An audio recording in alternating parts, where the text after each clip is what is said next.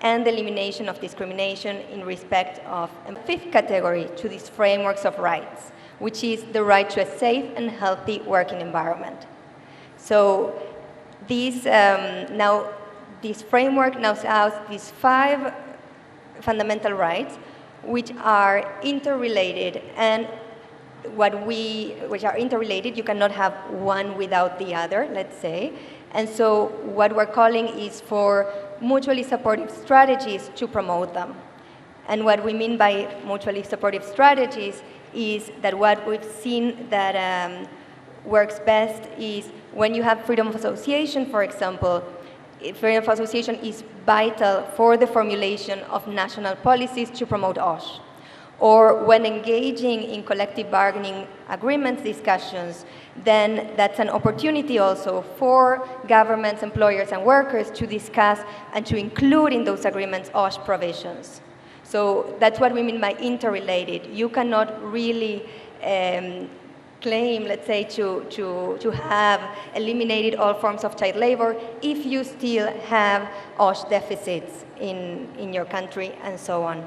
And so more and more the ILO, like what this provided to us, is more and more we're able to work in integrated strategies also from our side to promote all 5 and make our results more sustainable. To promote OSH, so to promote occupational safety and health, the ILO has different initiatives. Vision Zero Fund is one of them. It's a development cooperation program that promotes a collective action approach to advancing towards the vision of zero fatal and severe work-related accidents, injuries, and diseases in global supply chains. We work in a variety of supply chains. Agriculture is the most important one. And for some reason, coffee ended up being the commodity in which we've been focusing the most in our work. So actually, since 2017 already, we've been working in the coffee sector in 5 countries, trying to improve coffee workers' occupational safety and health. What we did in each country, when we first entered the country, we conducted research to identify the drivers and constraints for OSH improvement in that specific supply chain. And based on that research, we then prepared capacity building, different tools, different methodologies, provided technical assistance to address these drivers and constraints. So from our research, what we've learned so far is, as you're probably aware, the agri-food sector is one of the most hazardous sectors to work in.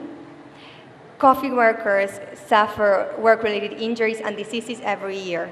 And here the key point here is that these are largely preventable. So with the right access to information, to training, with establishment of adequate OSH management systems at the workplace level, a large majority of these are preventable.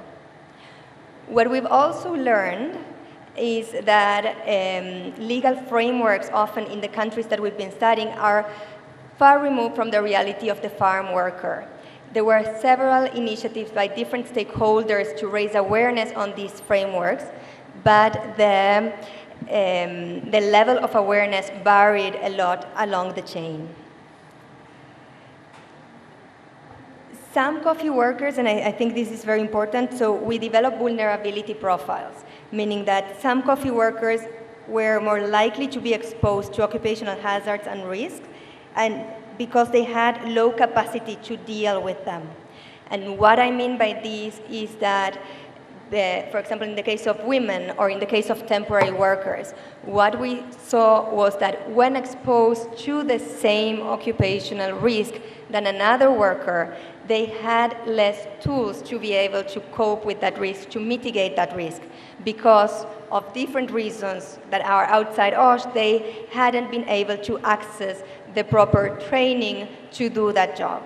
And that was something very important because that led us to understanding that we needed to focus our efforts on getting OSH to the most vulnerable workers. Another key finding is, for example, small producers in many countries usually did not see themselves as workers. And so they were engaging in labor activities in self-owned farms or in family farms and facing exactly the same risks as the other workers. But because of this perception of themselves, then they usually didn't manage to those risks, and they didn't adopt preventive measures that other workers would follow. And that exposed them to a higher risk than the other workers. The final finding, maybe from, just to share, this is just some, but all our studies are online, but I think it's very important also to talk about the limited access to occupational health services.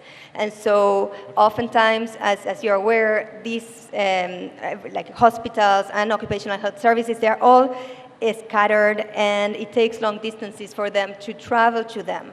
And so often they did not attend not checkups, but even when they were suffering from some sort of illness or pain, they would not go to the hospital until very late. And that ended up developing a worse situation. So with all this information that we've gathered from these different countries, as I mentioned, we did more research. So we did some studies that are specifically focusing on vulnerable workers. We did awareness-raising materials, a lot of campaigns during the harvest season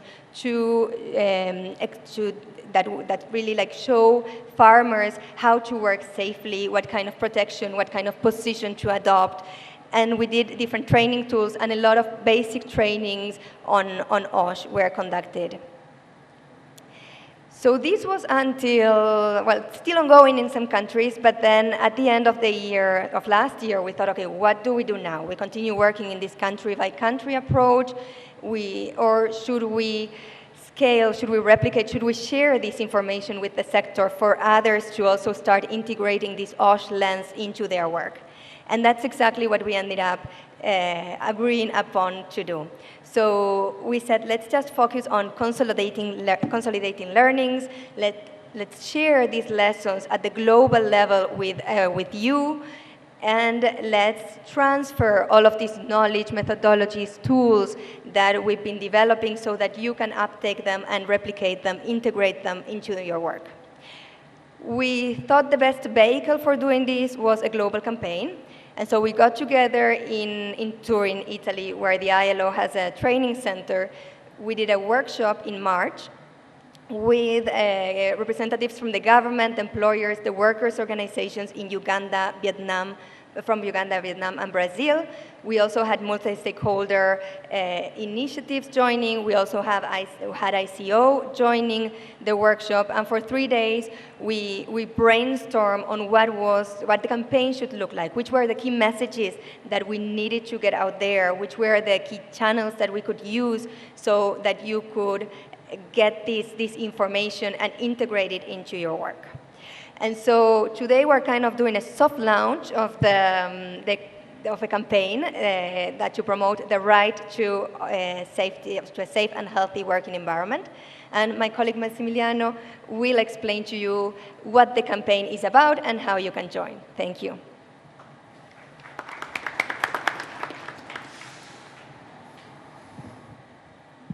Hello. So first of all, let's watch a video.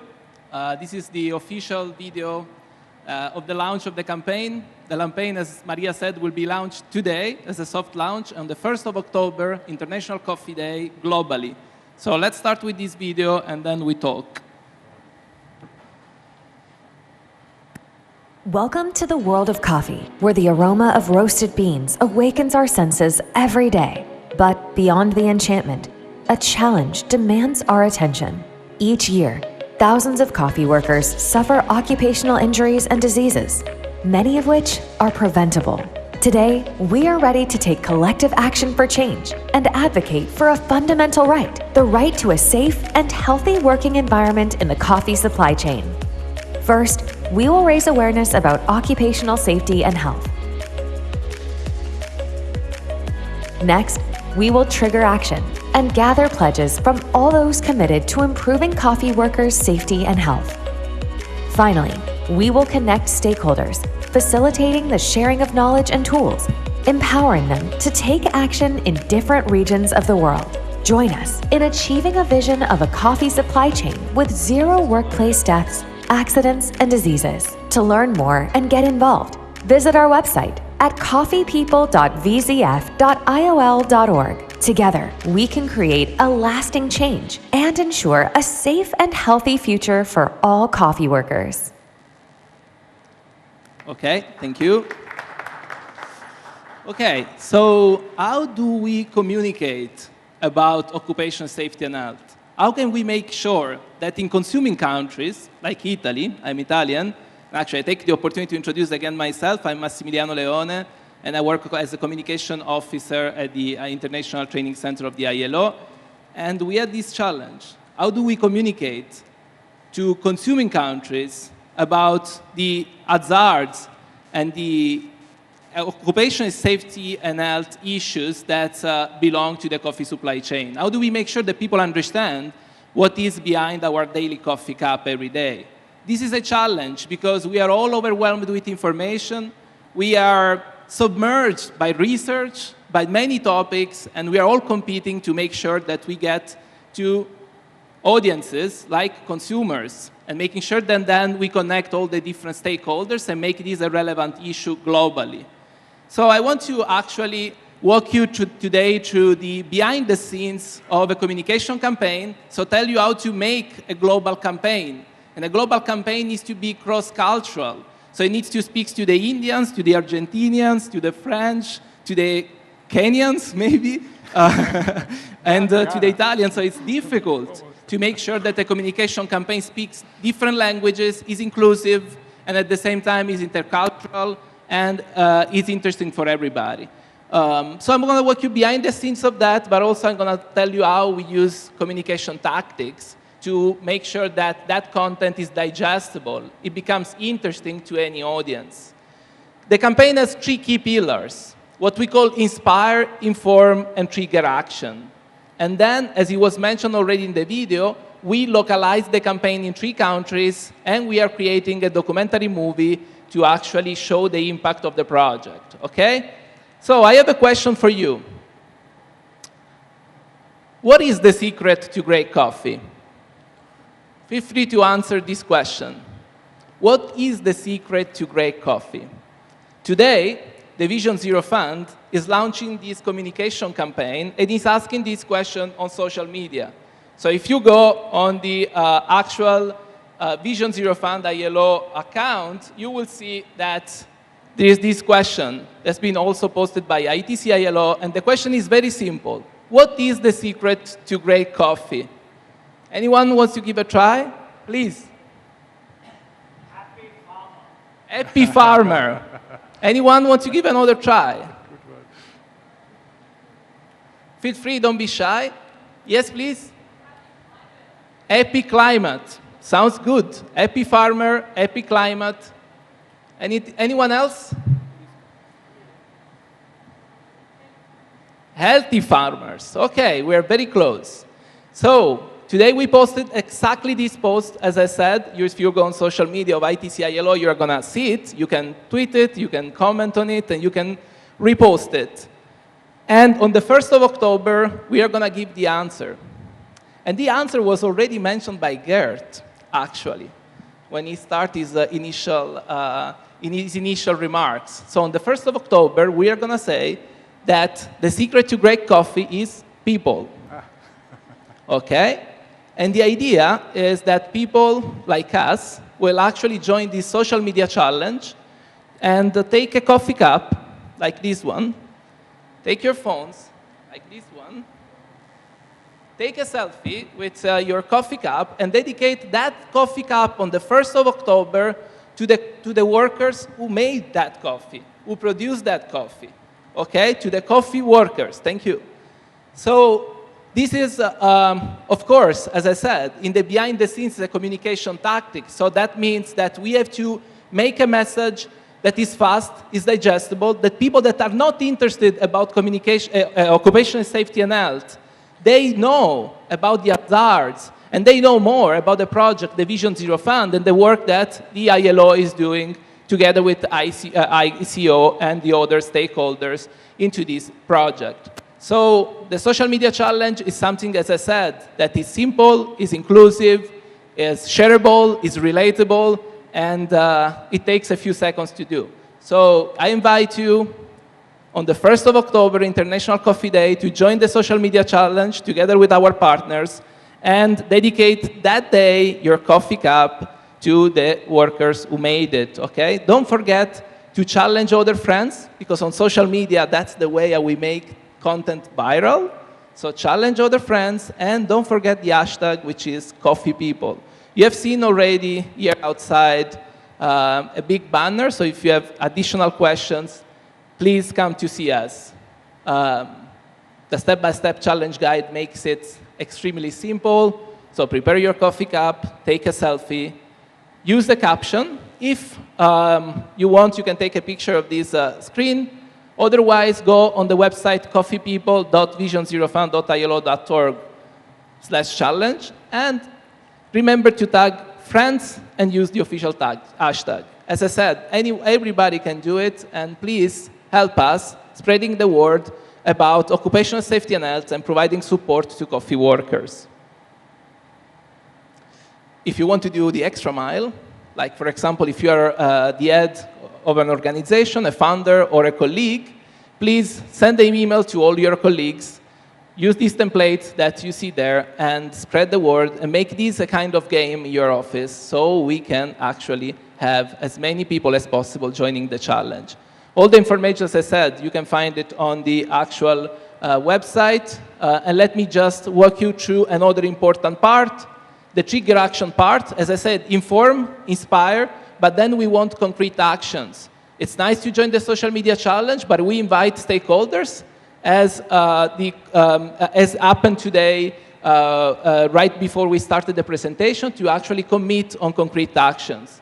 A concrete action can be pledging and hosting an international summit, an international conference like this one, organizing a webinar, organize meetings, but also taking concrete actions for stakeholders, also funding organizations that work for decent work in the coffee supply chain. I mean, there is also a process for stakeholders to do that. Again, Maria is here in case you have additional questions. As which we were mentioning, we localized the campaign again to bring attention to specific countries. We are working on Vietnam, Brazil, and Uganda, and these countries actually will be part of a documentary that we are currently shooting together with my colleague Alexa, that is here on the first line, to actually make sure that then we have a concrete document that can showcase the impact of this campaign. So a documentary movie will be presented in Geneva on the 11th of December, and then spread through the website and social media challenge of the ILO. Getting involved, if you have any questions, we are here. If you want to type an email, that's the right person to talk to, is Maria Munaretto@ilo.org, or to contact us. And then just to conclude, I would like to actually invite you, if you don't want to type anything, you can also use the QR code to have the website link. And finally, let me also give you a preview of what will be the actual video of the launch of the campaign of the 1st of October. So you in this room are seeing this for the first time, and this has not been published yet on social media, and it's going to be a very quick video.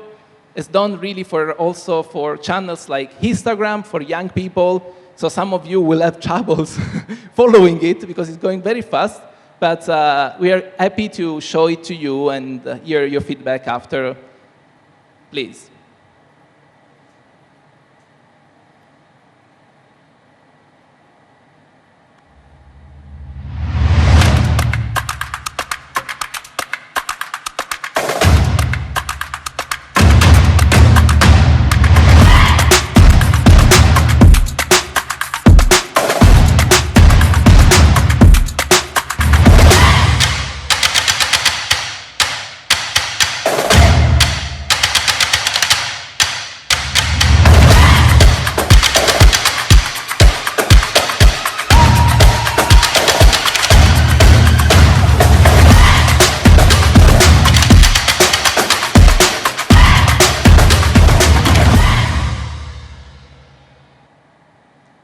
Thank you very much for your attention. Okay, thank you, Maria Massimiliano. I will give the floor for one question Who dares to stand up as first? Hi, I was just wondering that a lot of migrant Maybe work- can you start with your name? Hi, my name is Rajni. I head the corporate social responsibility for Tata Coffee. And what I am facing, and I'm sure a lot of people would be facing also, is a lot of migrant workers are coming from crossing the north and coming to south, or south going north. Is ILO working towards something to do with acceptance, tolerance, understanding of people who have not historically worked in an area, but they have migrated, because migration is going to be a problem going forward. Thank you. Thank you for your question. And so this is one example of what the ILO is doing in the coffee sector. The ILO has a wide range of different interventions working in the sector. So there are several activities focusing on child labor, on the elimination of child labor. There are others focusing on promoting responsible business conduct. There are others promoting adequate wages, the setting of adequate wages. And so I am not aware of the ILO being active in the coffee sector in terms of migrants, and more in the kind of approach that you mentioned. What we did do in the projects, because in the countries in which we work, we saw these and we saw them as temporary workers. And what we saw, the way that we approached them was look at how they were integrating into the coffee supply chain, looking at the conditions of work, looking whether they were, like, if they were informal workers, what kind of contract they actually had. And because of all these different characteristics, then we would, like, from our OSH lens, let's say, we would then, what we did in Colombia, for example, was a massive temporary worker survey to better understand their knowledge on labor rights, but mostly on OSH, their attitudes, their practices, their behaviors, and based on that knowledge, then we devise specific trainings. Okay, thank you. I think it was a good energizer to start. The digital part, I think, was a good bridge to the second speaker, Niriksha Sethi, who is Chief of Programs of PXD, Precision Development, and I saw that they are working on information systems to share knowledge with the poorest and most disadvantaged. I think an important challenge. And she will talk about enhancing digital education to empower coffee professionals at origin. Niriksha, the floor is yours. Hi everyone, I'm Niriksha Shetty with Precision Development. First of all, thank you to the ICO and Coffee Board for the opportunity. I'm super excited to be part of this panel. I'm going to talk primarily about how digital technologies can help accelerate information diffusion within the coffee growing community. And when I talk about information, there's lots of ways information can help grow the coffee ecosystem, whether that's production practices, labor conditions, ways of including women in the coffee value chain. I think the key to that is designing technology in the right way, reaching farmers in the right time. So we all know there are vulnerable farmers within the coffee community, yields are stagnating, prices are uncertain, and I think there's an increasing risk of climate change, which creates the need for information to reach farmers in a real-time manner. I think particularly in the Indian context, the number of physical extension workers that the Coffee Board provides are quite limited. So the ratio of farmers to extension workers is quite small. And technology can sort of play a key role in alleviating those constraints.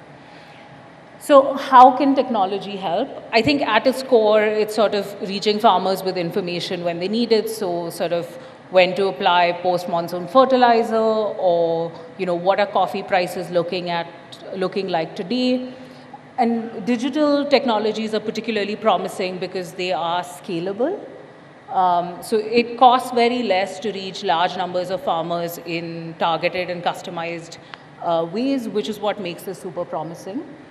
particularly with the effects of climate change, things like, what's the weather going to look like tomorrow, or what's this new climate resilient variety of seed that's showing up in the market, or, what are the unexpected pest attacks in your area that you should watch out for.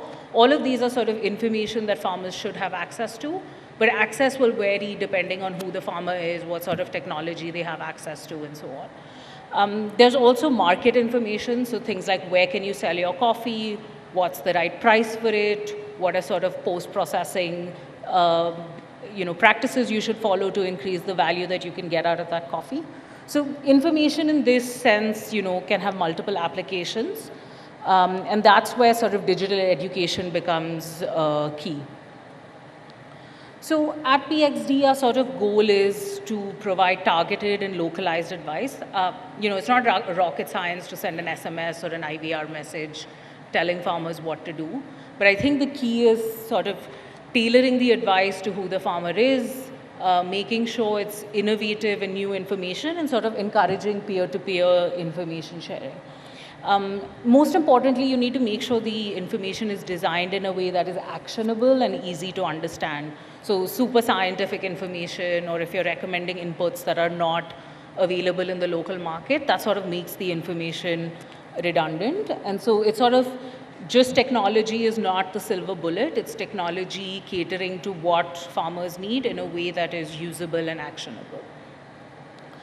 So the way we do this with the Coffee Board at PXD is, providing a multi-channel platform through voice, SMS, WhatsApp, really low-tech solutions that allow information to reach farmers, in a regular manner. And it's a two-way system. So, farmers can call in, they ask questions, we can collect information from agro dealers about the local market price, and it's this two-way interaction that sort of harnesses the power of data and improves impact over time. So some examples of how digital technologies can be used. So digital education can be a broad term, and there are multiple use cases of how these can be effective. And I'll give a few examples of what has worked for us. So one is sort of the simple reminder message, right? Like, we know white stem borer is going to be in season. We know there are practices farmers can take to protect against that, and it's sort of simple reminders at the right time to follow the right identification practices can, significantly improve adoption of those practices. Then there are things like, farmers want price information. The sort of publicly available sources of information aggregate across markets and are not really useful to farmers. So things like, can you set up block-level data collection systems to improve the quality of information farmers receive? Another example is weather forecasts. So there are lots of forecasts out there that are sort of very generic, or don't provide farmers with information about how to act on it. We've been doing some work with the Climate Forecast Action Network, providing coffee farmers with forecasts that are more accurate, more granular, that have longer lead times. And this is exactly the type of thing that can, it has impact on decision making, but it also has impact on when labor is hired, or, how farmers act against certain pests, or when they harvest, and so on. And part of this is having access to the high forecast data, but a big part of it is how this information affects decision making. We're seeing really promising results from this, and we think there are lots of similar climate resilient practices that we can get to farmers quickly in a real-time manner that we're trying to scale with the Coffee Board. I think in summary, when we talk about digital education, there are lots of ways that digital technologies can help, whether that's spreading knowledge, whether that's spreading real-time information, whether that's, reducing risks. I think for us at its core, it works because it's customized and targeted. It's, low cost and highly scalable. So if you look at the research that's been done on well-designed digital technologies, the evidence is it generates 10:1 cost effectiveness compared to cash transfers. To keep in mind, it's not just any digital technology. It is technology that allows information to get to people in a way that's usable, that applies principles of human-centered design, product development, all of which is to generate information that is impactful. And a key to doing this is working with partners like the Coffee Board of India and scaling, because this model works when there are millions of farmers subscribing to this, sharing data, and that's what makes this model better over time. One last thing I will say is with digital technology, there's a tension or a danger of leaving those without access to technology, women that don't have access to mobile phones, people in indigenous communities. And it's really important to sort of complement the digital technologies with things like, farmer collectives or extension workers to sort of harness the power of both. So I will end on that cautionary note for digital education. Thank you. Niriksha, maybe you can stay there.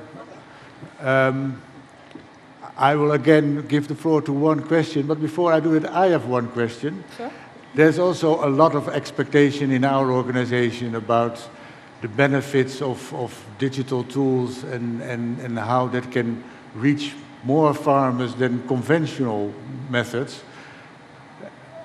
Ask him for your experience, is using digital tools a good way indeed to reach farmers that are not being reached by conventional methods, be it women farmers or others that are underrepresented in let's say, conventional extension? Yeah, I think technology is sort of used as a very generic word, and it can mean something. Can people hear it? Yeah. Okay. It can mean something from like a super sophisticated artificial intelligence app to like a simple phone call, right? There's a gamut of tools, and it's how you use the tools that's important. So, for example, in the work we've done, technology has been super helpful to direct extension workers to the right farmers. So, getting them to reach the most vulnerable farmers. Or, for example, if there are women's groups, sort of encouraging information sharing within those groups among people that have and don't have technology. So, I don't think it's about whether technology helps or not. I think it's about how technology is used to get information into these communities that's super important. And also technology is in the end about people, is it? Exactly. Yeah. One question from the audience then. Yeah. Over there.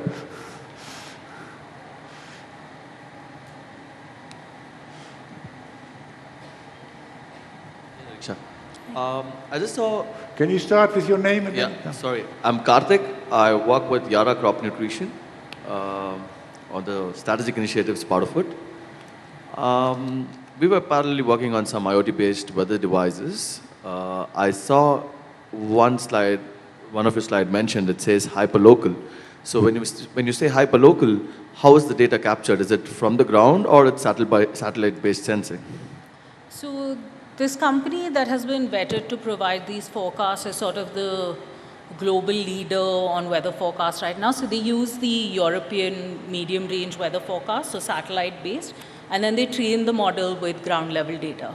So the work that we've been doing right now leverages that, and we've also, are collecting ground level data to sort of improve that model over time.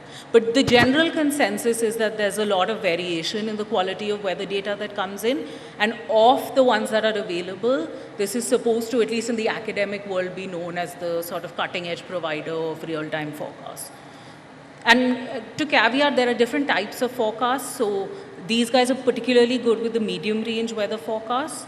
But the skill on, for example, extreme weather isn't as great because the industry hasn't progressed to that level, if that makes sense. True. Thank you. Because what I wanted to say here is, due to the recent climate change advances here, we are seeing very different, varied weather patterns for every 2 kilometers or 4 kilometers. Yeah. So this is something, hyperlocal is a very widely used term. So I would like to know, how hyperlocal it is. What's the area you're looking forward when you give a weather forecast? A grid. So even within estates, there may be multiple forecasts. Okay. And I'm happy to share more detail. We can talk offline. Thank you. Okay, thank you. So if I look at my children, the step from digital to youth is not a big one, I think.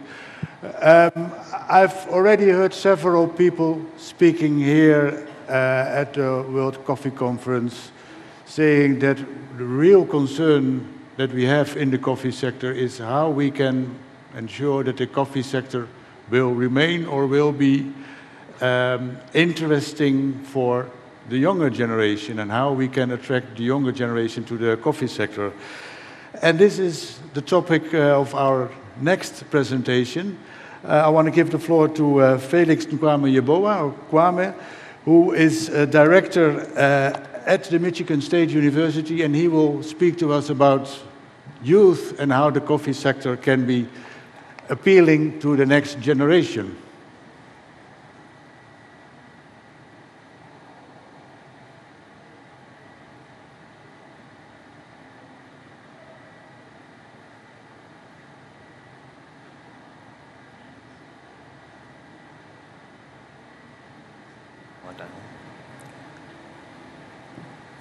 Okay, good afternoon, everyone.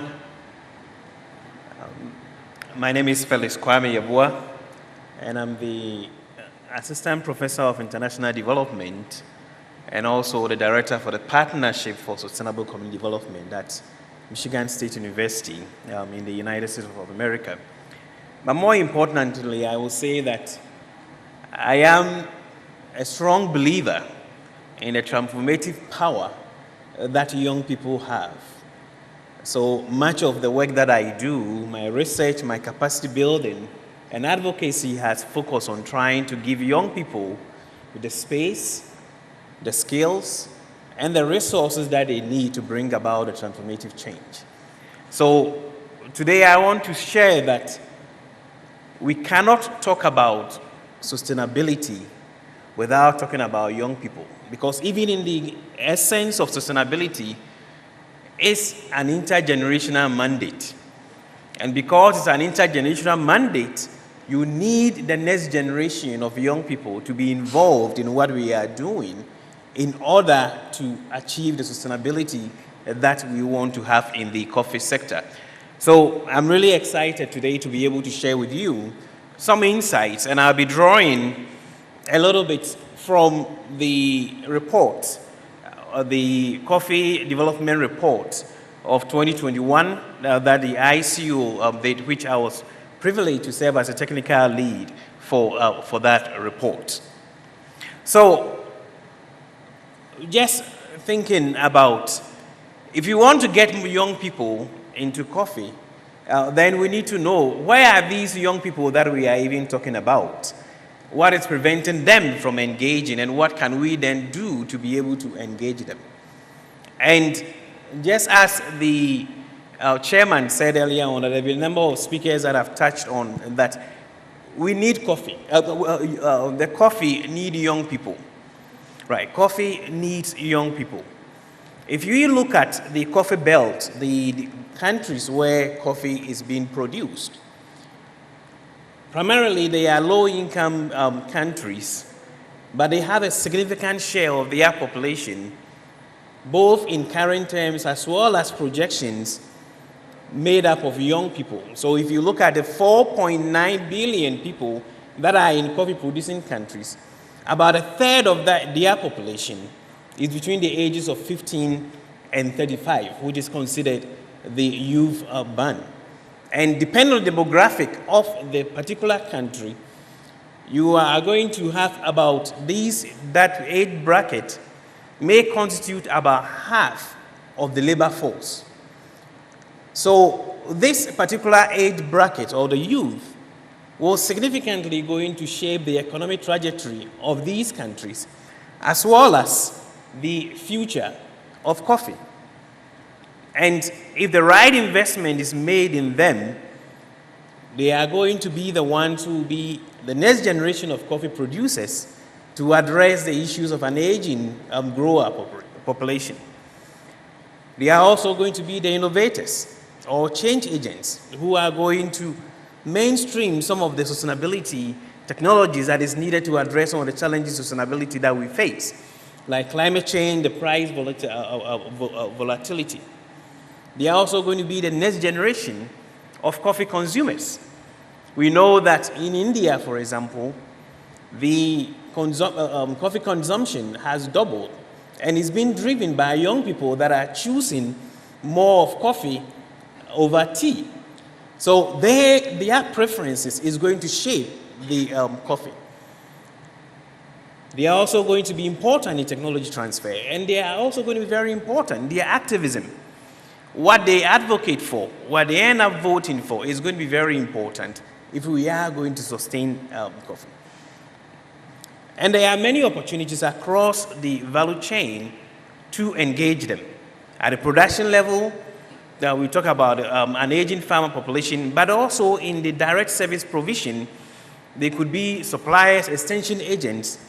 They could also work within the processing, the trade, as well as even in disposal. And in the disposal part, there was this interesting young person in Belgium that we spoke to when we were doing the report, who has a company called NAM, who essentially pick up coffee waste and then use it as a substrate to grow mushroom.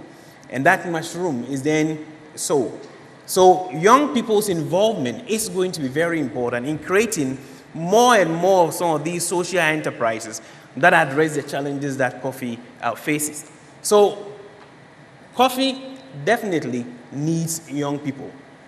But I also argue that the young people also will need coffee. So when we think about the young people that we are talking about, if you look at projections, over 70% of current youth population, and even the projections that we are talking about, are residing in low-income countries, primarily in Asia and in Africa. So you take Africa, for example, Africa's population is going to double just by 2050. What we also see is that most of these young people have limited opportunities for skills development, and they face a huge employment challenge. If you take the continent of Africa, for example, we know that the gap between the amount of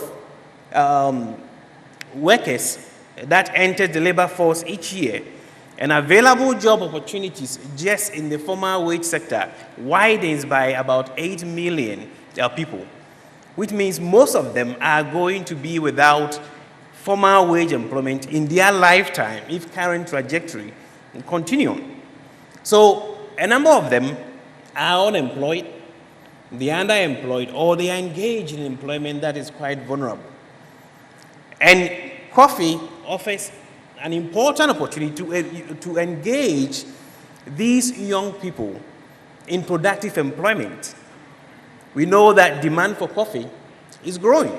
I cited an example for here in India.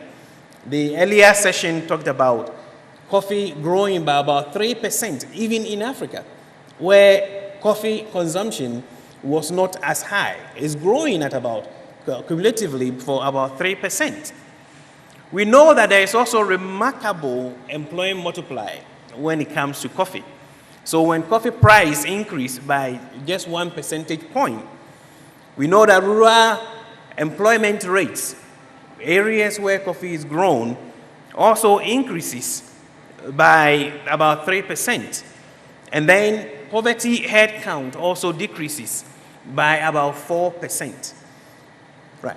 And in much of these rural areas, agriculture still remains the primary source of employment for these young people. So if we can make coffee productive and profitable, we can attract a number of these young people to join and come into the coffee sector to help sustain it into the future. So in a nutshell, we would say that coffee needs young people, and youth also needs coffee. So what is preventing the coffee from engaging young people and young people from engaging in coffee if they both need each other? There are a number of barriers that have been identified, and some of which I'm sure you are already privy to. One of them had been the idea that youth are not even interested in coffee, or they are not interested in the agriculture sector. But I always say that it is not the agriculture sector that youth are not interested in. They are not interested in the laboriousness, the drudgery in the agriculture, right? And then the low profitability of the agriculture that they are used to. And I give you this example that we had a lot of young Africans who are going to leave the farm. We say they are running away from the farm, but they will go migrate to Europe and still work on the farm. The difference is the profitability. So there is some level of disinterest there, but it's shaped by the low productivity and the drudgery that is associated with the traditional agriculture that they are used to. But even those young people who are interested in coffee or interested in going into the sector, there are other barriers. One of it being the skills. They don't have the skill set to be able to tap those opportunities there, because making coffee profitable is knowledge intensive. Or they may not even know about those opportunities that are there so that they can take advantage of them. So there is a need for some education there. They also may not have access to the productive resource that is needed to be able to take advantage of those opportunities. And we know that coffee needs land, and land is an important limiting factor. In much of the developing world, rising populations is putting a lot of pressure on land. So if you take a number of areas where inheritance was the main medium through which young people are able to access land, a number of them are not able to do so again because land is becoming scarce, or the land is being divided among several siblings. So what they end up getting is too small to make the business viable. We've also seen situations where those who even inherit land are now having to wait for a long time because there is also rise in life expectancy of parents. So they may not even inherit land in their youthful age, or they will have to wait later on into the adult state in order to be able to inherit land. So land is an important limiting factor here. And then we also have the perceptions about the riskiness of agriculture, which is also putting some pressure on the financial institutions not willing to lend to young people. They don't want to lend to agriculture in general, but the young people, because they lack the collateral as well as the social network, they even suffer more when it comes to them. And then the rural areas where much of these young people are remain inaccessible. Our colleague talked about digital technology. Some of them are not even there. So they are unable to take advantage of some of those opportunities. So it also remains a limiting factor. So how do we then catalyze this synergies between youth and the coffee sector? I think we need to be able to give young people space, we need to give them skills, and we also need to give them resources. What do we mean by space? We need to be able to create dedicated spaces where youth could engage in some of the dialogue that we are having about them. It's important that we make interventions not for young people, but with young people, so that whatever interventions that we are making reflects their interest and not coming up with things that they are not fully interested in. Secondly, we also know that the coffee sector is going to be increasingly knowledge intensive and technology intensive. So there's a need to be able to invest in education that will help equip them with the skill set that is needed for them to effectively engage in a sector and make it profitable. There's also a need to think about ways to be able to expand youth access to productive resources, like the land. Are there schemes that would allow, like a retirement package for older farmers to be able to bequeath land to young people that are interested in going into farming? Can we have dedicated funds that, like Coffee Fund, that will support these young people so that they can have the necessary finances to be able to engage in the sector. Another important factor is also think about the processing side, which also seems to be a part that most young people seem to be interested in because of the low drudgery that is associated with that. And there are a lot of prospects there. If you think about it, about 90% of coffee that is produced in the global south is exported in green form. So there is some room for value addition in these developing countries that will expand more young people's engagement in the sector. So if we could address some of the barriers, like some of the tariffs, barriers, that will allow these young people to engage in there, it will also offer opportunities for them to engage. And then lastly, there's also a need to continually invest in knowledge generation. The challenges we are facing for the future is always going to need new technology, new knowledge. So investment in research, investment in monitoring and evaluation to understand the evolving needs of young people, as well as the evolving needs of the coffee sector, is also going to be very critical for the sustenance. And I want to end, I'm reminded of a quote by Franklin D. Roosevelt. He said, "We cannot build the future for our youth, but we can build our youth for the future." And I want to add that let us not just build for them, but let's try and build with them. Thank you very much, and I look forward to your conversation. Yeah. Thank you, Kwame. Coffee needs youth, and youth needs coffee. That's a nice one. One person to give the floor. Yes.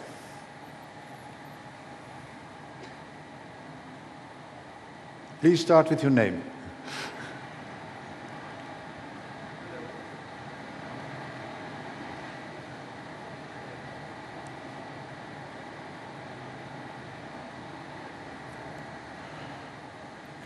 Hello, I'm Koshi, a grower from Nellyampati, that is in Palakkad district of Kerala. Coming to the question of youth in coffee, the real problem we are facing is not having enough workers in our farms.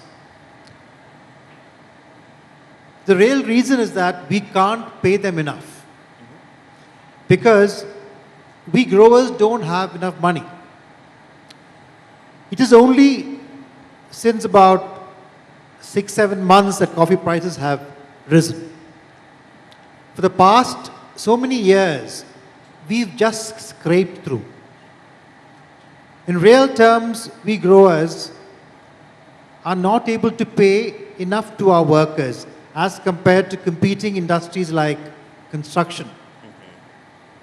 So workers are leaving our farms. Youth, earlier we used to have labor unrest demanding work for dependents. But now, if we ask a dependent to work, he's running away. He wants to go to the city where he gets more money. So in real terms, we growers need to have more money in our hands. It is very important. See, I'll give you an example. In 1990, when I started my farming, price of the labor wages were 20 rupees a day.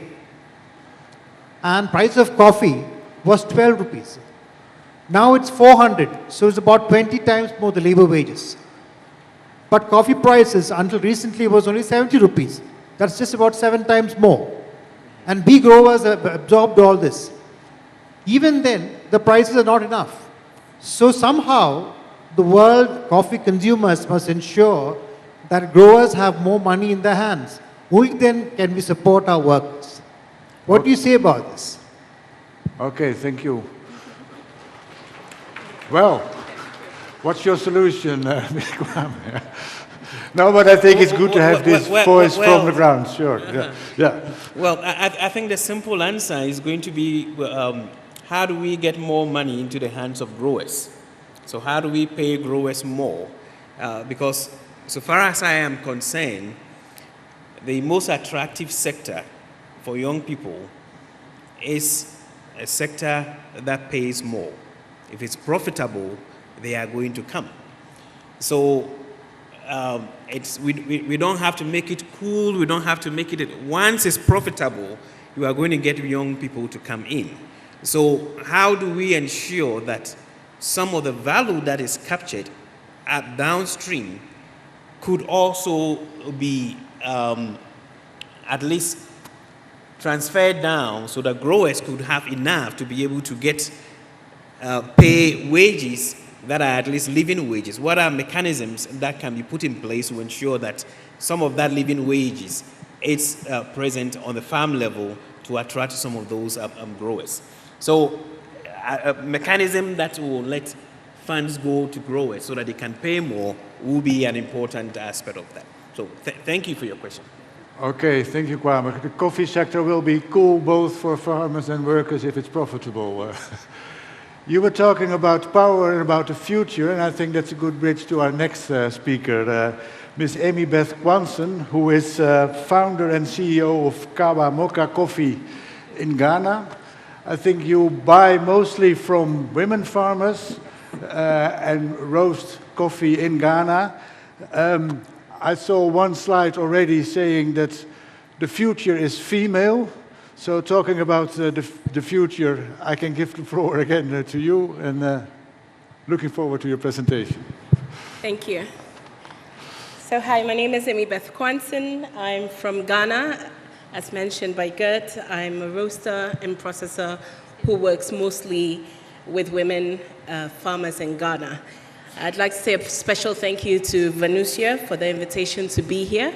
I think that's a very typical example of women bringing other women into the industry and making sure that we have the opportunities that can make impact. So that's a good starter to the conversation. Yes. So my presentation will talk a bit about the Ghana coffee industry at a glance, just to give you context on the role that women are playing in the Ghana coffee industry. I'm going to talk about the opportunities in the industry and social sustainability for women. You may have heard that in Africa, well, globally actually, Botswana, Uganda, and Ghana have the highest number of women entrepreneurs in the world, and that's at a percentage of about 38%. Yes. So women do have a place in coffee. A lot of people don't know that Ghana has coffee. So basically everywhere south of Ghana, this is about half the map of Ghana, can grow coffee. Historically, the production of coffee has been undermined by cocoa because Ghana, together with Ivory Coast, produce more than 70% of the world's cocoa. And therefore, coffee has taken a back burner.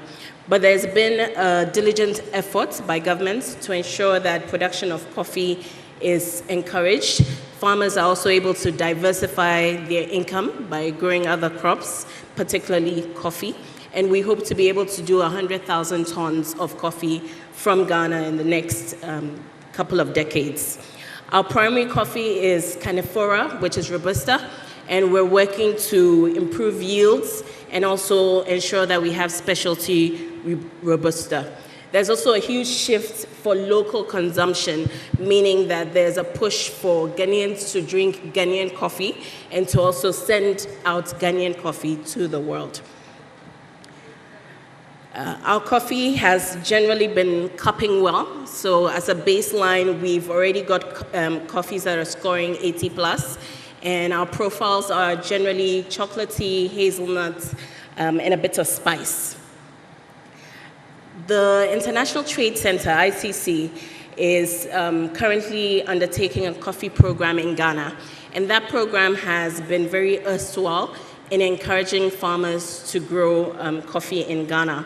They recently conducted a baseline survey together with other partners in Ghana Coffee, including ACRAM, the Ghana Cocoa Board, and then their coffee program, Alliances for Action, which is supported by the EU and OACPS.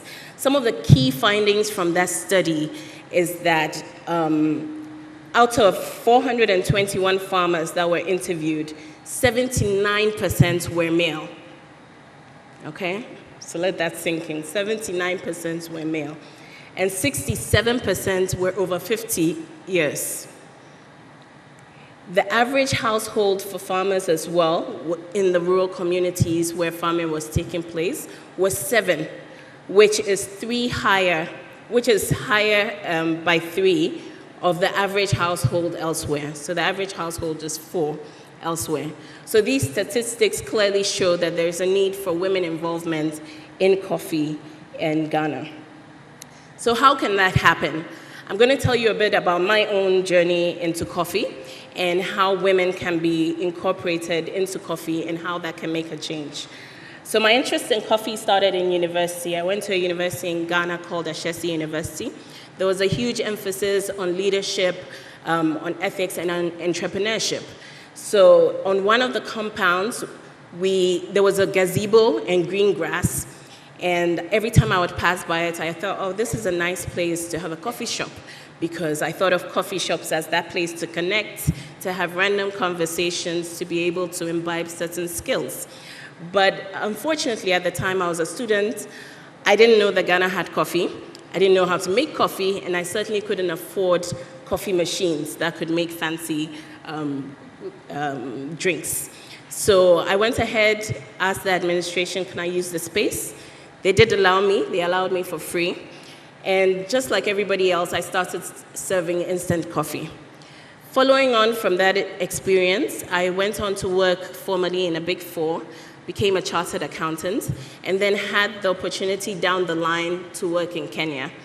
So working in Kenya, I could see how a traditionally tea-drinking society had evolved into a coffee-drinking society, and how that coffee-drinking society was feeding the whole region, including Uganda, which had also seen a rise in Robusta, Rwanda, Burundi.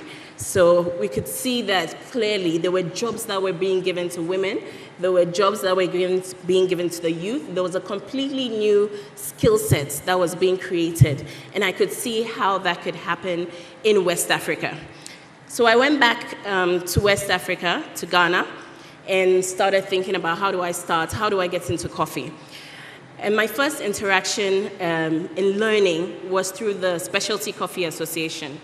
I was able to attend an expo, take some classes, finally learn how green coffee looks like, how the roasting process was, and I was able to bring that back to Ghana. Why is this important? I first applied to be a lead scholar with the SCA in 2017. When I got in, I was really excited, and then I found out I was pregnant, so I couldn't go. It was a long trip, it wasn't feasible. So they said, don't worry about it. We'll hold your spots.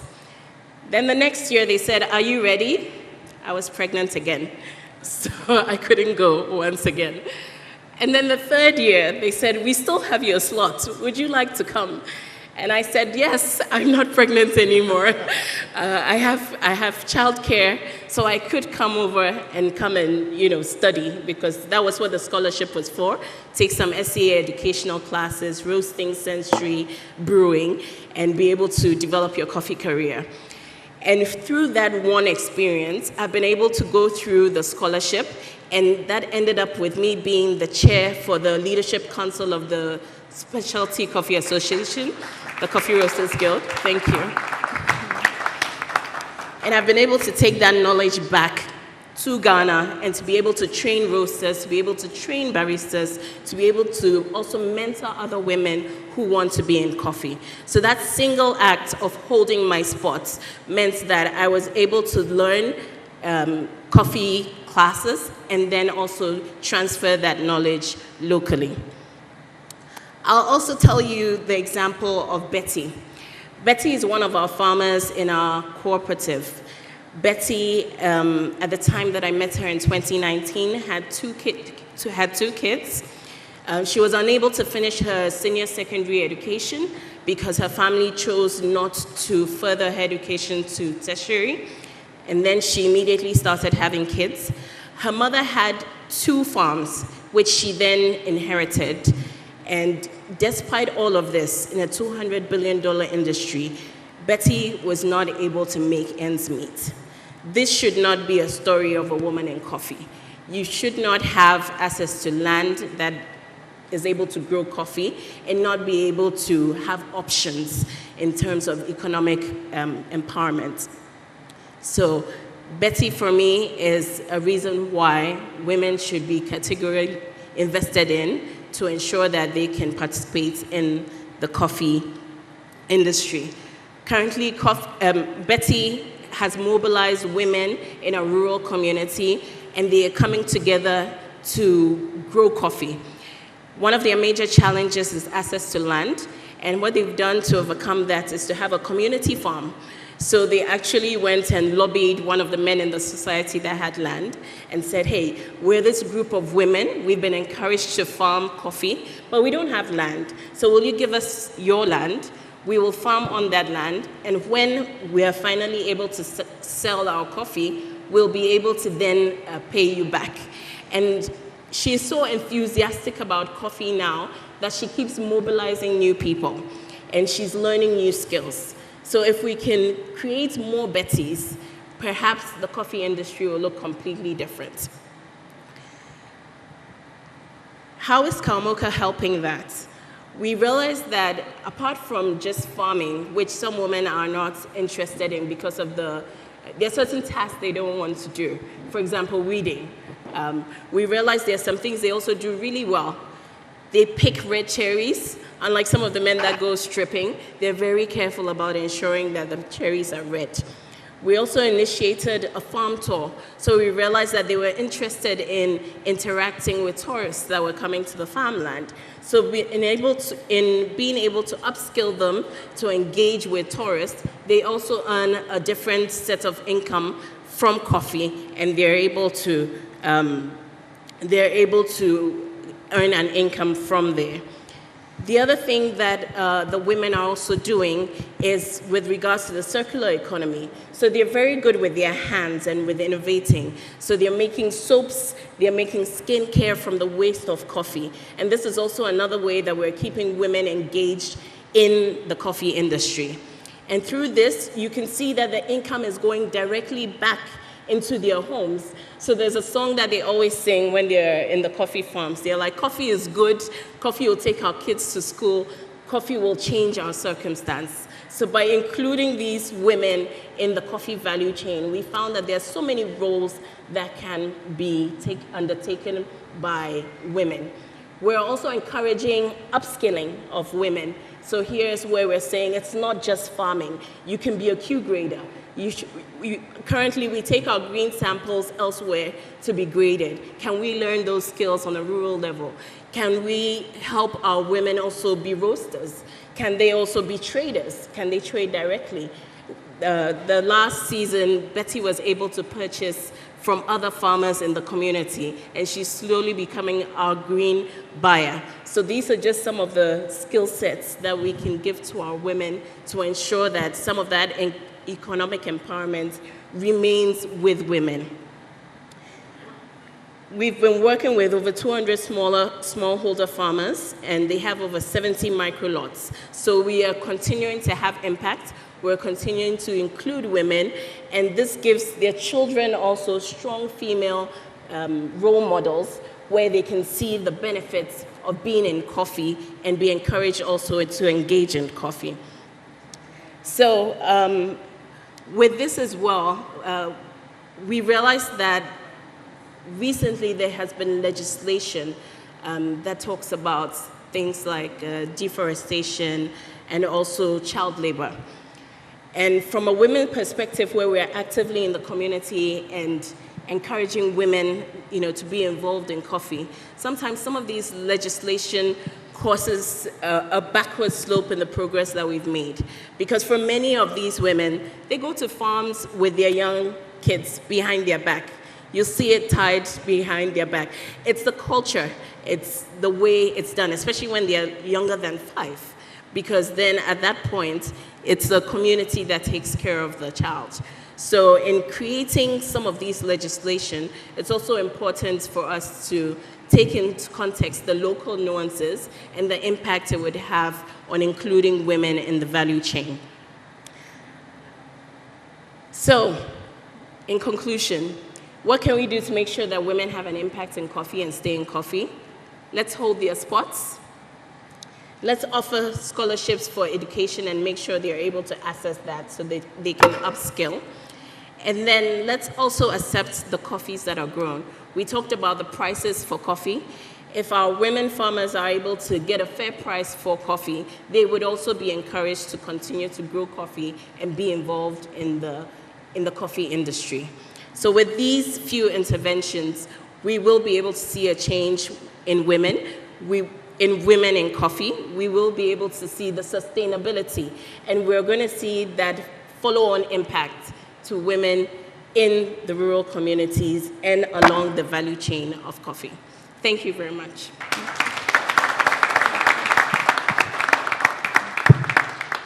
Thank you, Amy. This was really talking about people. Thank you for your inspirational presentation of your experience and Betty's experience, and I hope it will inspire others as well. Again, I want to give the floor to one question for this moment. Whom can I ask? I see one hand there. Yeah.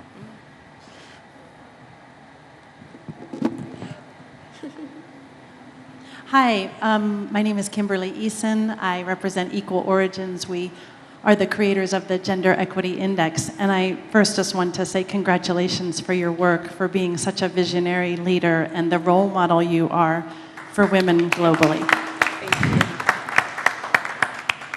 As you are well aware, and I hope most everybody in this room is aware, women really are the hidden workforce in coffee.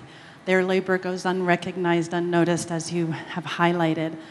I think one of the challenges, and I'm interested to hear your thoughts, there are women that are visible, that have access to opportunities because they have access to land. Maybe they are members of cooperatives, but the vast, vast, vast majority are far away from reaching those opportunities. And so I'm wondering if you have sort of an idea or a sort of an invitation to those here in this room and in this global forum for how we can actually highlight, more and more highlight the role of the hidden women and ensure that they're integrated into every single one of these panels, every single one of these conversations. Legislation is a great opportunity, I think, and I appreciate your call to that. But I'm curious, how we can, more ideas you might have for how to really fully integrate women across all of the programs. Thank you. I think each one needs to pull one up, and we've seen that with Venetia, right? So for those who are in that position where they can bring others up, then they do that. And that is also encouraged by their own positive experiences in coffee. So that's one way. From our aspect, another thing that we do is recognizing that not everybody may be able to travel, not everybody may be able to speak out on a panel, but in every opportunity that we get, their work is also highlighted so that in that way, they're coming out of the spotlight, coming out into the spotlight. Then the third is to ensure that whatever we are selling, the returns are felt by the farmers. So for every pack that we're selling, our farmers get a percentage of that to ensure that they're also able to feel, apart from the green coffee they're selling, they're able to feel some of the benefits as well of value addition. So that's another way. And on the rural community level, we found that where, for example, the women are good at picking, we're collaborating with the men to hire them. So they become the labor force. So they go from, farm to farm, and then they are paid for picking. And we call them our picking squad. So they go from one farm, they go to another during the season, and then they make sure that the cherries are picked properly. So slowly by slowly, you'll find that that impact is happening. And especially in West Africa, I can actually point to other women, in Nigeria and Rwanda, who are like me, who are visionaries and who are having an impact on women farmers in their community, and they're amplifying their voices. So you can see that the movement is starting, and then there's definitely a change that's happening. Thanks. Okay, thank you, Emmy. I'm sure you can give us a lot more examples, but maybe later in the panel we can continue on this. Because I want now to give the floor to our last speaker, Marjolein Chantreau, who works for the Better Than Cash Alliance. We heard before that technology is in the end all about people. So we are talking about people, but through people also about technology. I want to give the floor to you to give us a short flavor of how digital payments can play a larger role in including small farmers and I guess also women in coffee. Marjolein. Very much to the International Coffee Organization for giving us the opportunity to speak about this important topic today. I think it's a topic that might talk about women, youth, labor rights and technology, so hopefully we'll bring all of that together. So I have a little bit of work for you. I would like you to come out of the conference with one question in mind, and I'd love to have your answer either at the end of this speech or at the next World Coffee Conference, is how are the workers and producers paid in the coffee value chain that you're working on?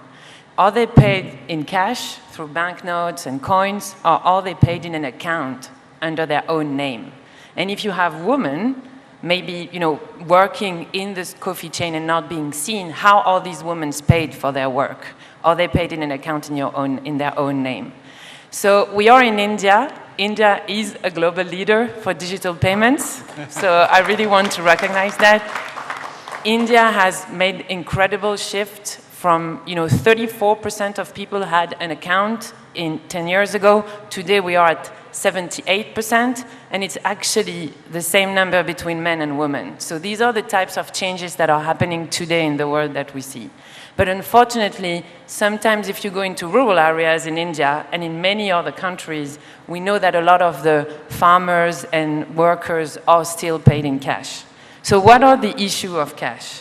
And if you are a company and you have to pay for production in cash, it means that you have staff members, you have intermediaries traveling with bags of cash. So we're seeing motorbikes with bags of banknotes going around in rural areas. It also means that you have, of course, lots of security issue. You have issue of transparency and fraud. So this is actually also, cost for the company. And as a farmer, what does it mean? It means that you also have to travel with that amount of cash in your pocket after, your production. It means also that you can have difficulty about saving and keeping your money under control. It also means that you might have a difficulty accessing a bank account or credit or investments. So these are the hidden costs of cash in value chain, and we see that across the world. And why we want to show that is because this helps you understand what can be the benefits of working with digital payments. And these costs are often hidden in the value chain because we've been operating like that for a long time, and the digital change can be hard to be made. So what are digital payments? What are we talking about? We can talk about, of course, UPI in India, anything that you can pay through an app, Paytm, Google Pay. We're also talking about mobile money in West Africa with M-Pesa or Orange Money or Airtel. We're seeing, more and more innovation in that field. It can also mean just a credit or a debit card. In some cases, it could be a cheaper option that is more available. It really depends on the needs of, the farmers and the workers that you're working with. And what does it mean, for the coffee value chain? One data points that I wanted to share with you is that today the Association of All Mobile Operators consider that you have 315 live mobile money deployment in 98 countries in the world. So of course all these developments are starting, some of them are not reaching rural area yet, but this is happening as we speak. And so you could have a solution to think about for all the workers and all the producers in the different coffee countries that you're working with. Another interesting data point is that you still have around 145 million people that receive payments for production, for agricultural products in cash. And 55% of them own a mobile phone. So you can start, using that technology angle to reduce the payment in cash. So I've already talked about, some of the examples of the benefits of digital payments. For companies, we're seeing a lot of improved efficiency. So we've done a survey actually in Ghana, so I'll mention it today. It was on the cocoa sector, actually, not on the coffee sector yet. But at the peak of the season in Ghana, you have around $1 billion that's being exchanged in rural areas, for the cocoa production.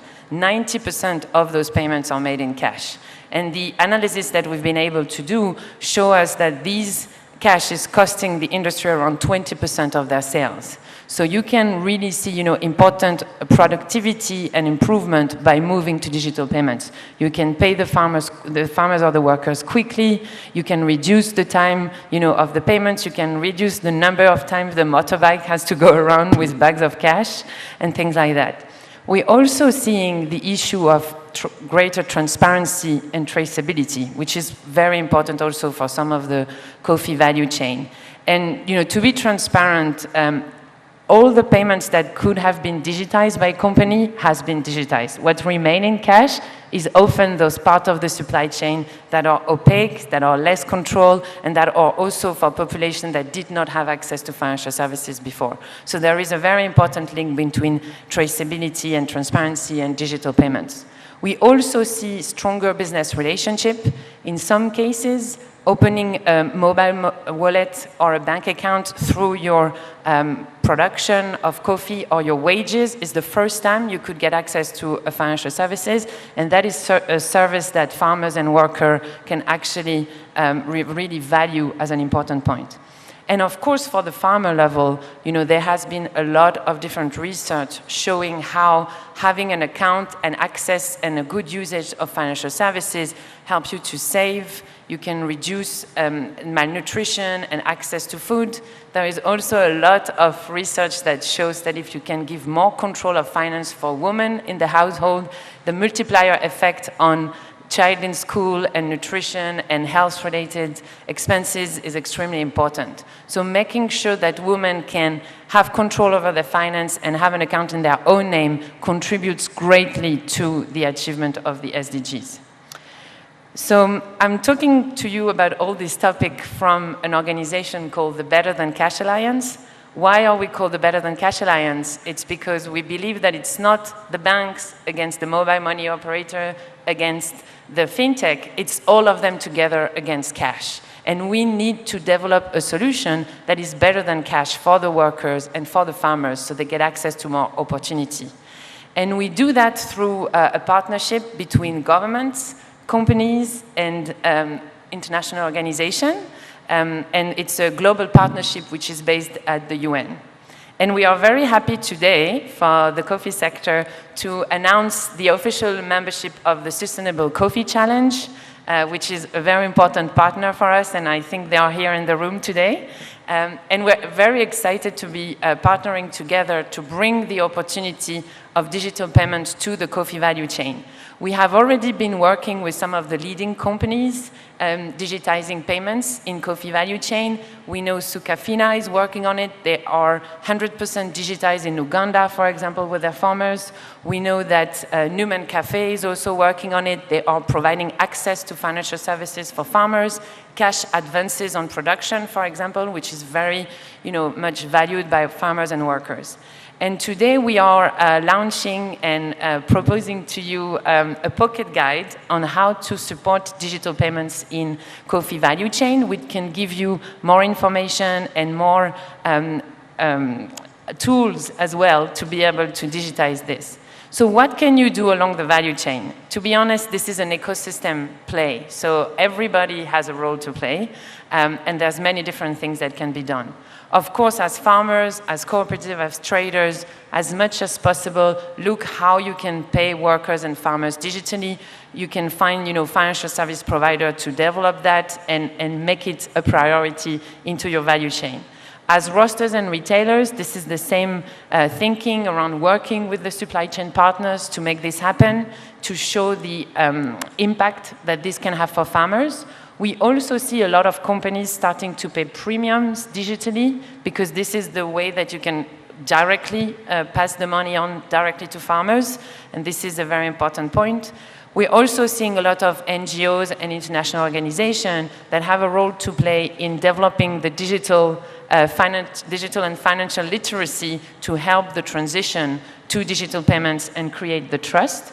And finally, for government agencies and government organizations, also through the ICO, there is a lot of opportunities in bringing the right regulation and ecosystem to promote digital payments in coffee.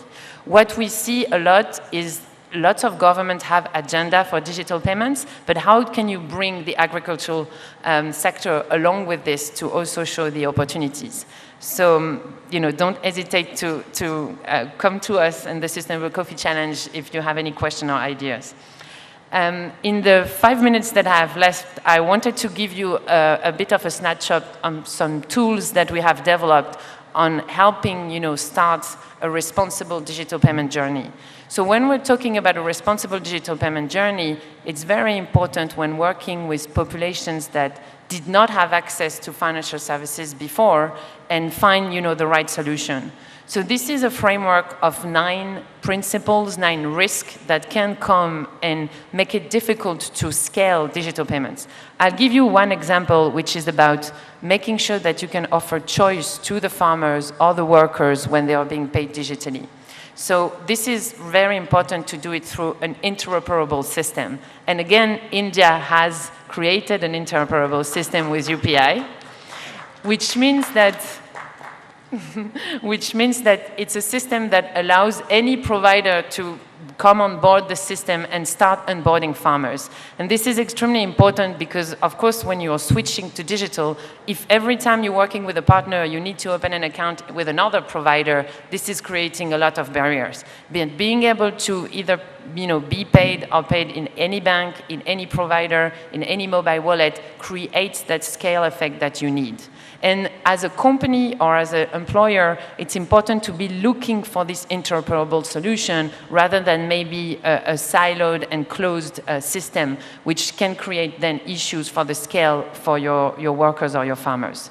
This is another example. Of course, another one is prioritize women in all of this, because one of the issues, and this is still the case globally, women are 6% less likely to have an account in their own name than men globally, and they are less likely to have control over their finance.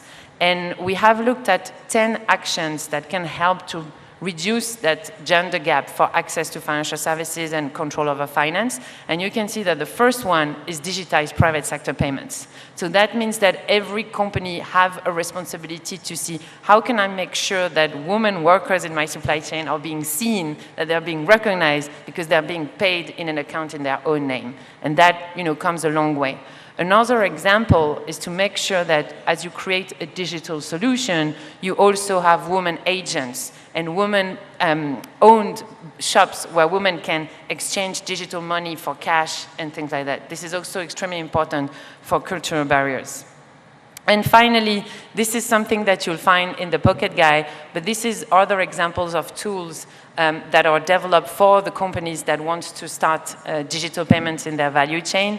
I'll speak about 2 of them. One is a template of a farmer survey when you want to start digitizing to understand what is the current access of farmers and workers to financial services and to digital financial services to be able to make defined choice with them on the process.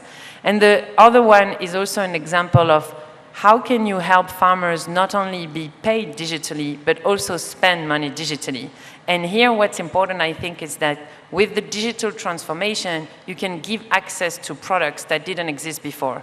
So I was discussing with one of the trader this morning, and I was saying, a lot of farmers are interested by being able to access maybe a pension system digitally, because you could pay a small amount into a pension system, or an insurance scheme, or a health insurance scheme as well. So these are the types of products that could be made possible because we are switching to digital and we have more digital solution being available. So I'll stop here, but please reach out to us and the Sustainable Coffee Challenge for any questions and commitments. And remember, this one homework that you have to do for the next World Coffee Conference to understand how are workers and producers paid in the coffee value chain. Thank you so much.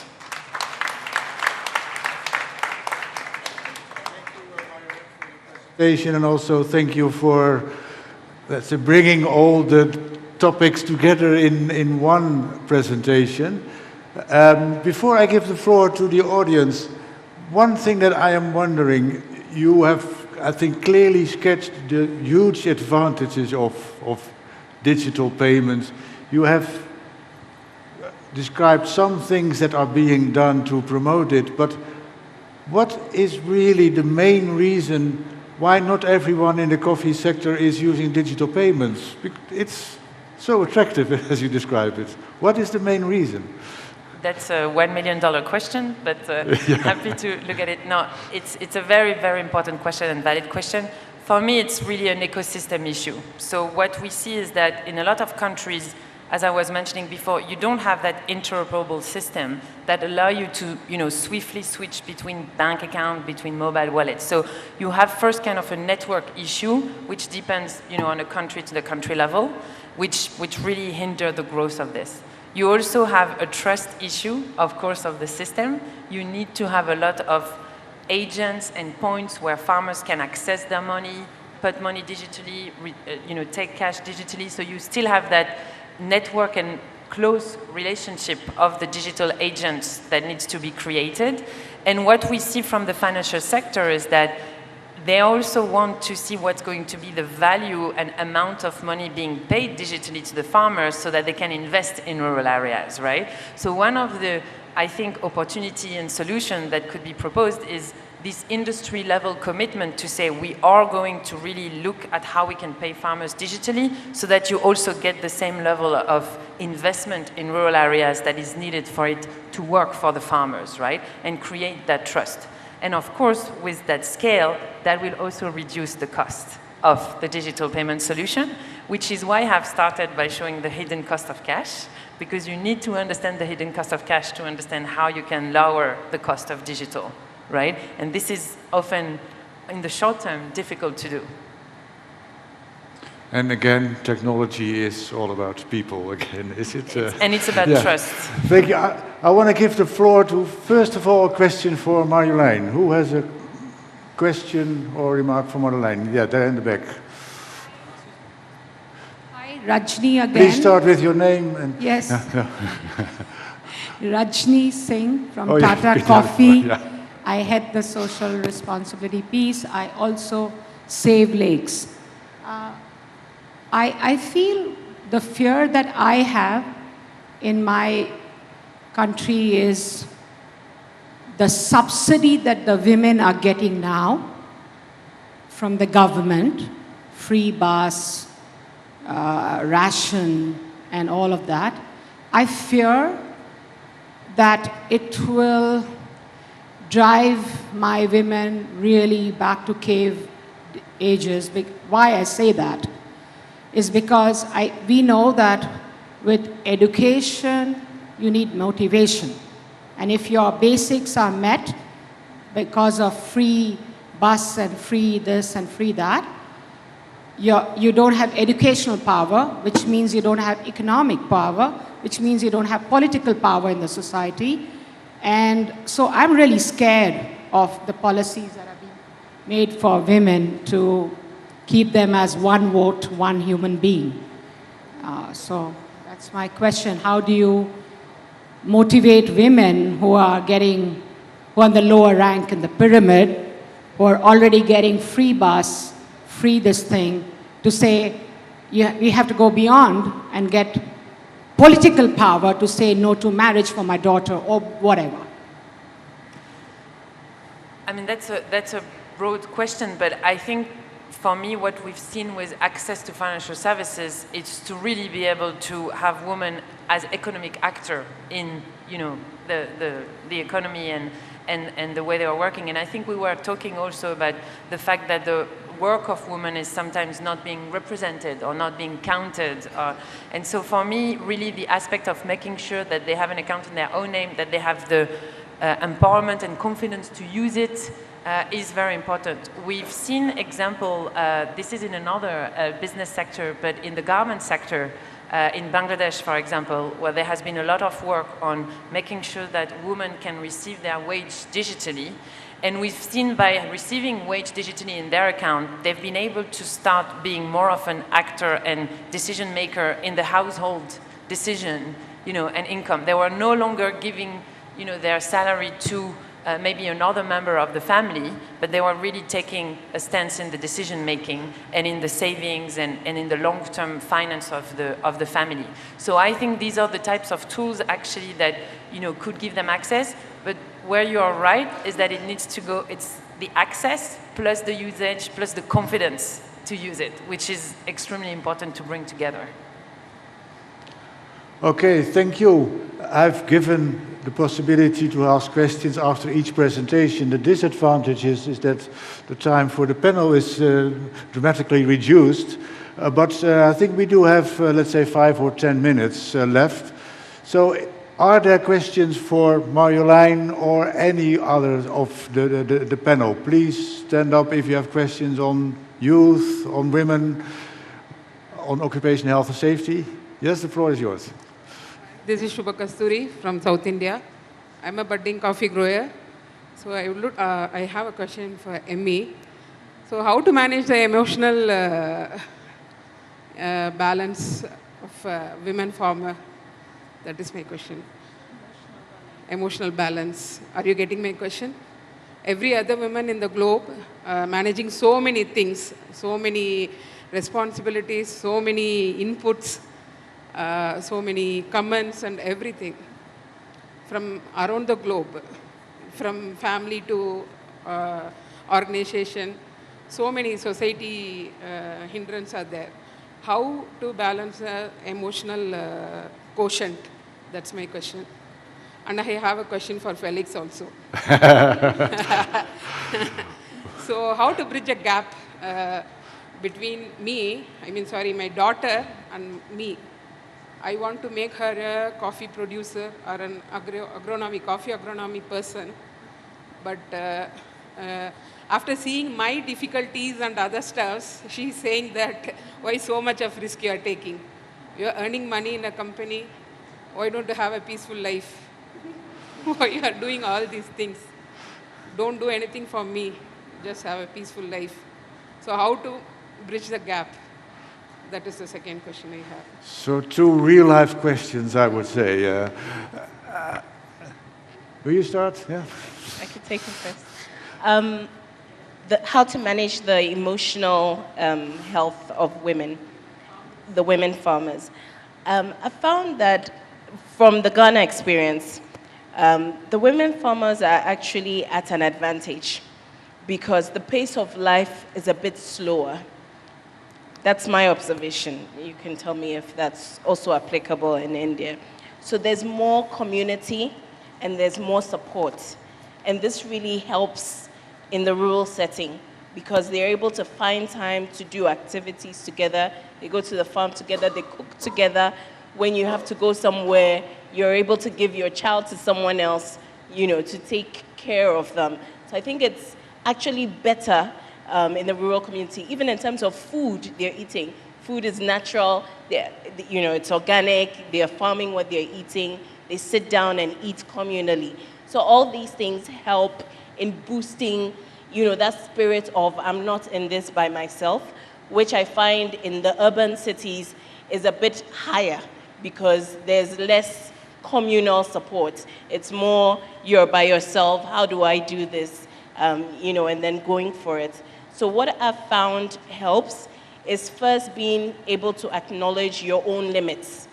Just being aware of when it's getting too much, when you're taking on too much, and being able to communicate, one, that it's too much, you need help, and asking for help. It's not easy for us to ask for help sometimes, so really asking for that help. I've also found that being in a community of like-minded people that are going through the same thing or similar experiences helps. So just being able to, consciously work on being in a positive environment. And then taking a break. That is very important. Taking a break as well. I just want to put this question to the whole panel. Earning in one place and doing farming in another place, as a women farmer, it's giving so much of pressure. So much of pressure. So I just wanted to know that all these things are, technically speaking, really, really good. But when we are coming to the ground reality, how we are going to manage? How we are going to manage as a women farmer? Whatever the facility the government gives, the incentives, everything, end of the day, I'll get emotional damage. Before going to bed, what I did, a big zero. That is the ground reality. I think a lot of what you're saying is true both for men and women, but but maybe Kwame, you. So I'm just telling the truth, but you people are really, really inspiring us to move further. So throw us some light wherever we have to join together, holding our hands and growing together. That is the only solution what the women farmers are having.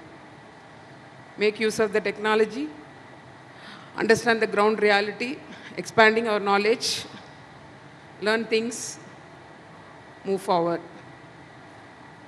Please correct me if I'm wrong. Thank you. Kwame. Well, thank you very much. Yeah, I can agree with her more. We say that there is safety in community. So that safety that community provides becomes a safety net that you could rely on to help address all the psychological heavyweight, and knowing what those limits are and being able to articulate it.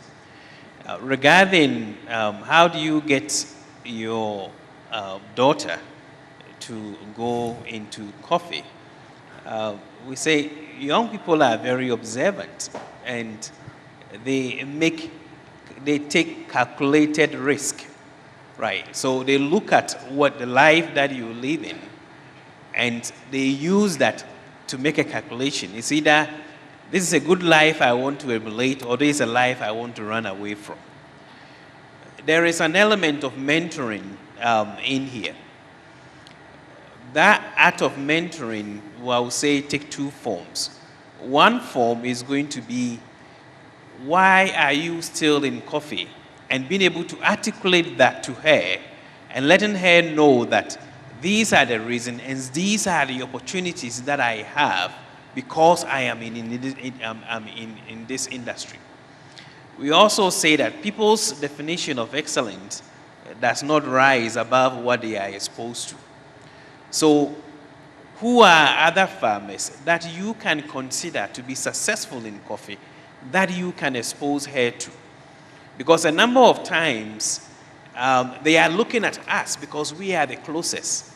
But if there are other people that you could also expose to, other people that you consider to be successful, other young people like her who have made it, Amy here, who have made it, then they're more inclined to be able to go into it. And they will not say, coffee is just for my mother's generation, it's not for my generation.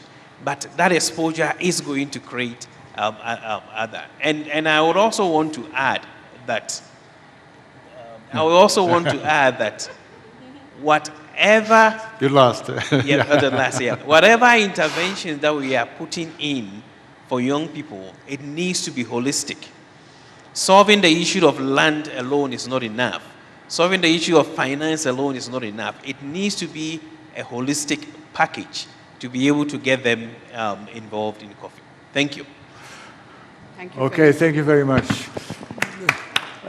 There is a lot more that can be said, and I would definitely also would like to give you all the floor again, but also we need to consider time, and I won't keep you away from other meetings after. So what I really want to do is thank all the speakers, thank the audience for joining in and for participating in this session, and closing, and I think your words, that it's about people and combining that with technologies and about finding the right spirit to move on. I think that is the best summary that can be given.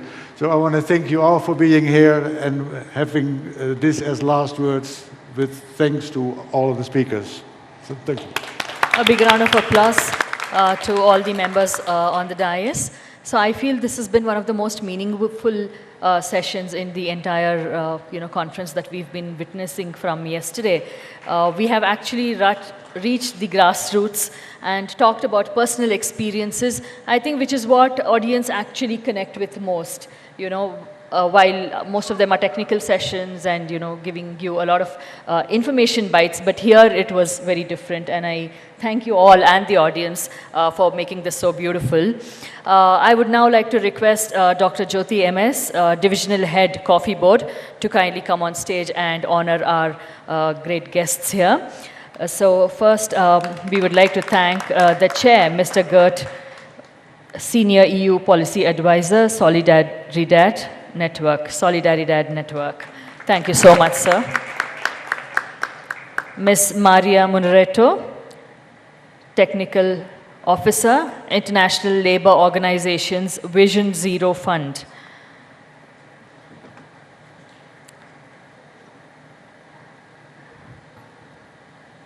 Please put your hands together for Ms. Maria Munretto. Mr. Leon, Senior Officer, Communication and Advocacy, International Training Center of the ILO. Thank you, sir. Ms. Niriksha Shetty, Chief of Programs, Central Support Team India, Precision Development.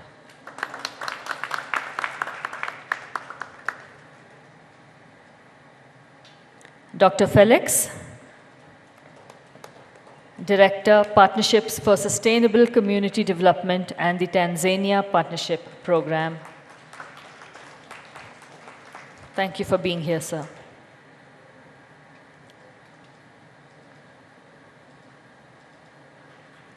Ms. Emmy Beth, CEO and founder, Kawamoka Coffee Company.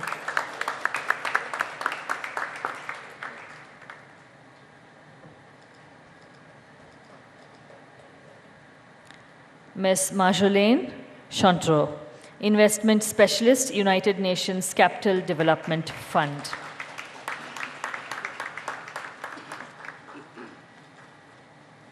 Thank you again.